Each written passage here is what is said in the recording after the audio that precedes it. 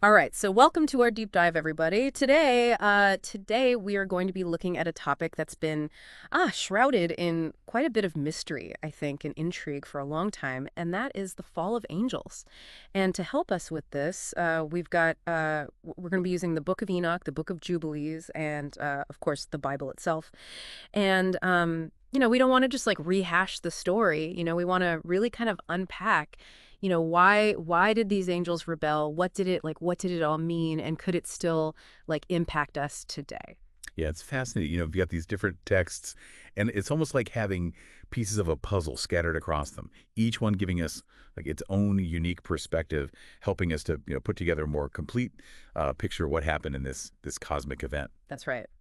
So let's just get to the basics. Who were these rebellious angels? The Book of Enoch refers to them as watchers. Yeah, the term itself is so interesting. It suggests that they were tasked with like observing humanity, but Yeah. obviously, from what happens in the story, they went way beyond just watching it. Right. Enoch actually tells us about this leader, Samyaza, who managed to convince 200 other angels to join him in breaking a really fundamental divine law. Right, yeah, and that was about like interacting with humans in a way that was very much forbidden, right? Like the Book of Enoch actually it suggests that they were drawn to human women, and it's interesting, right? Because it touches on this kind of this age-old theme, right? That you see in so many stories of divine beings being kind of captivated by mortals. Yeah, that's a great point. Yeah, kind of it makes us question, right? Like what is the nature of angels? We tend to think of them as these purely spiritual beings, but this story it raises questions about like your desires and their motivations. And the Book of Jubilees actually it adds another layer to that. It suggests that the Watchers were also driven by this desire to share like forbidden knowledge with humans. Oh, really? So it wasn't just about like attraction. They also wanted to kind of like disrupt, the established order of things by giving humans like knowledge they weren't supposed to have. Exactly. And they had taught them things like, warfare and cosmetics and astrology, all of these things that, could really disrupt the natural balance of the world.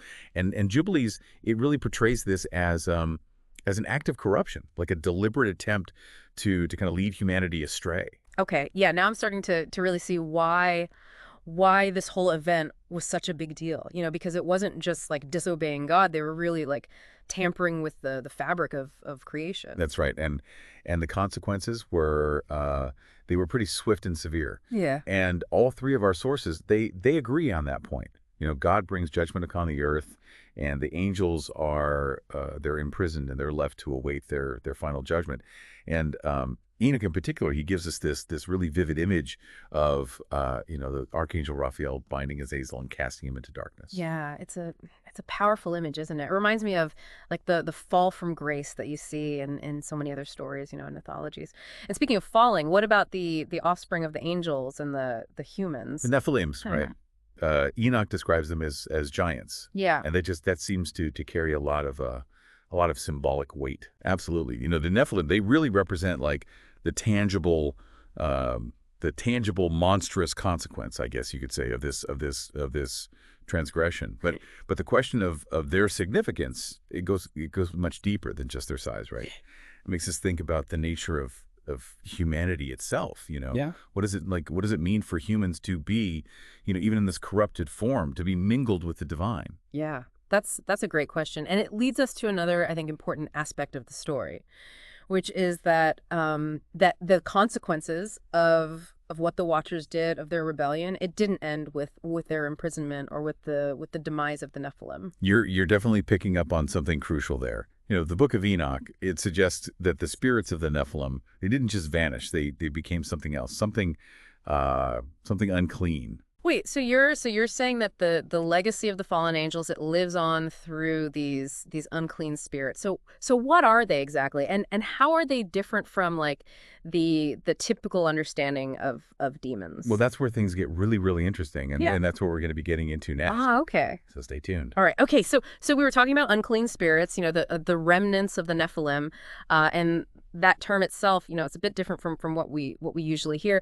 So what exactly makes these spirits like unclean, and how does that connect to like our usual understanding of demons? Well, the Book of Enoch is It's very deliberate with its language. Hmm. It describes these spirits as being inherently corrupted by their, by their mixed heritage, essentially, Hmm. born from a union that violated, the divine order.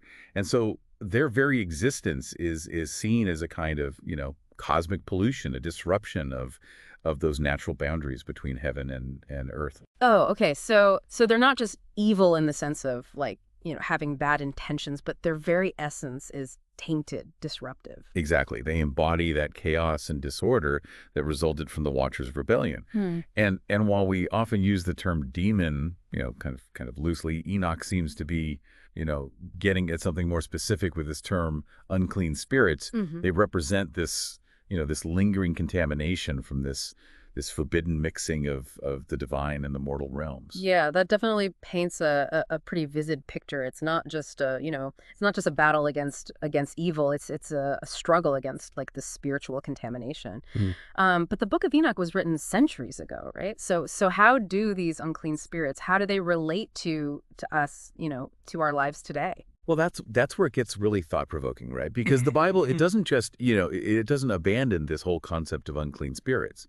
If we look at passages, in the New Testament, especially in Ephesians, we see this talk of spiritual warfare, of battling against these unseen forces.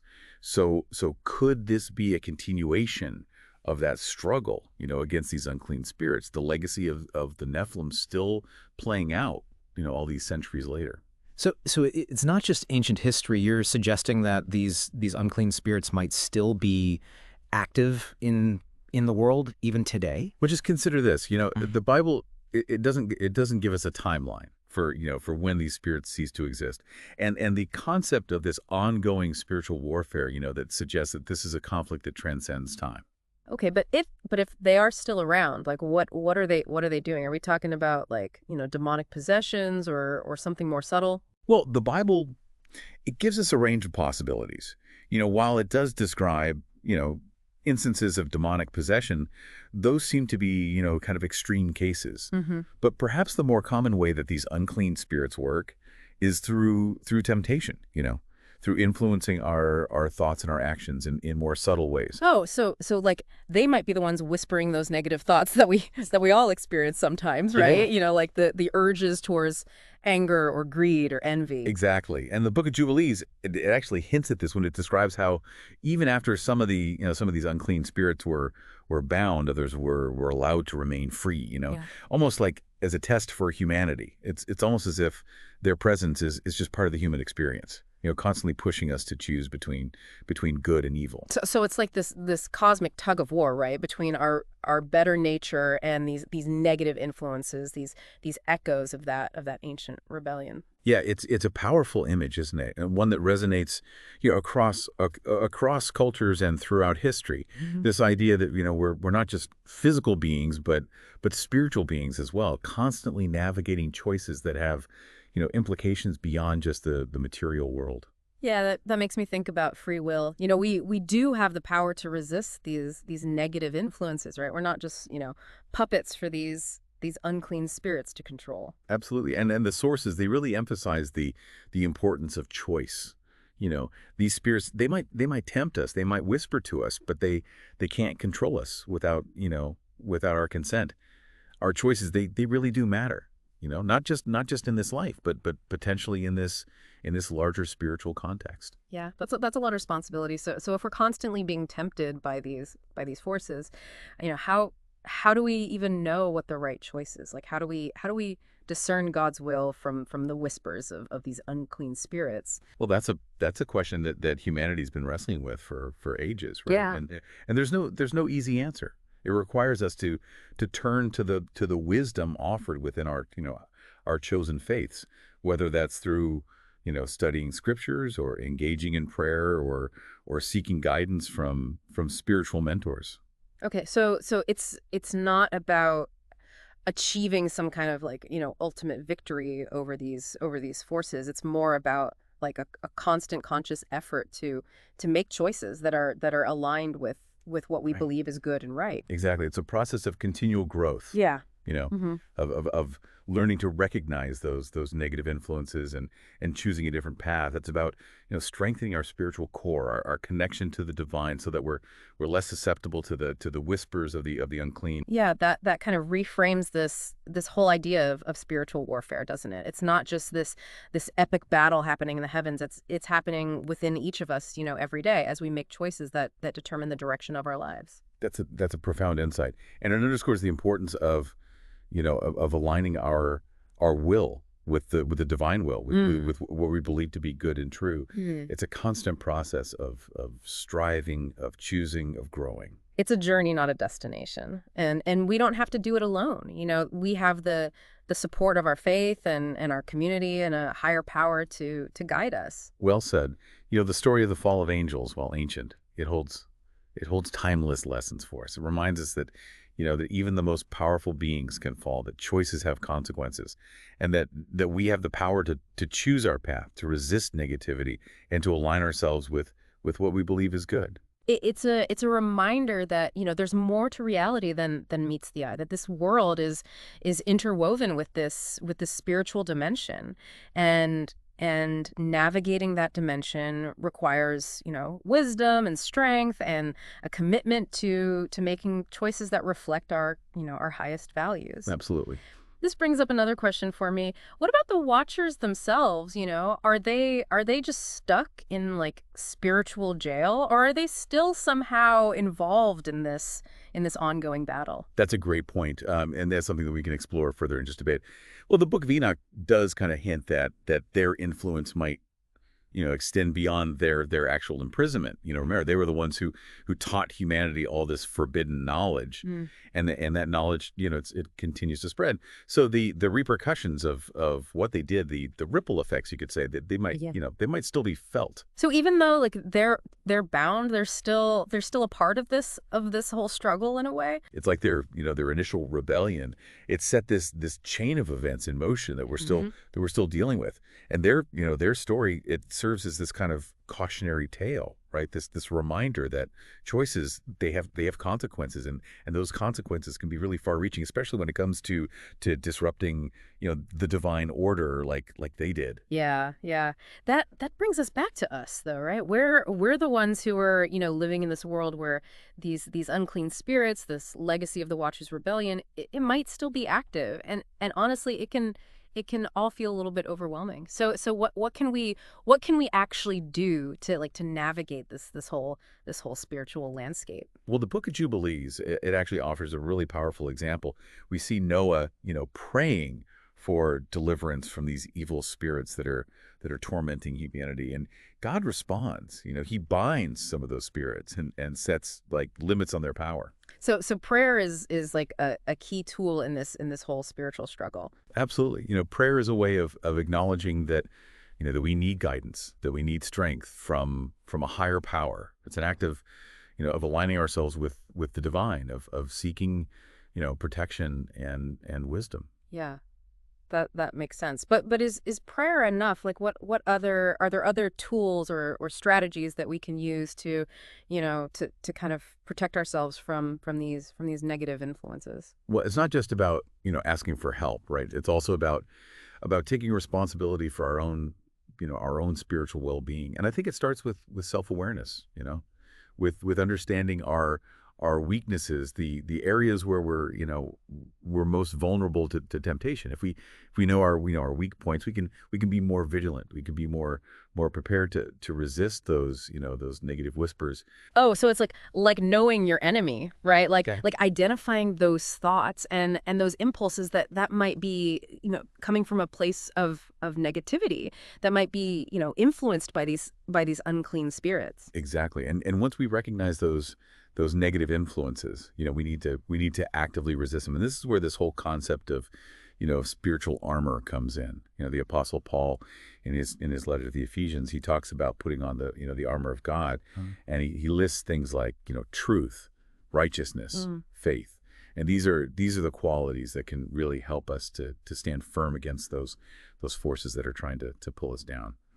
So it's not just about like passive defense. We need to be proactive in cultivating these positive qualities, these spiritual defenses.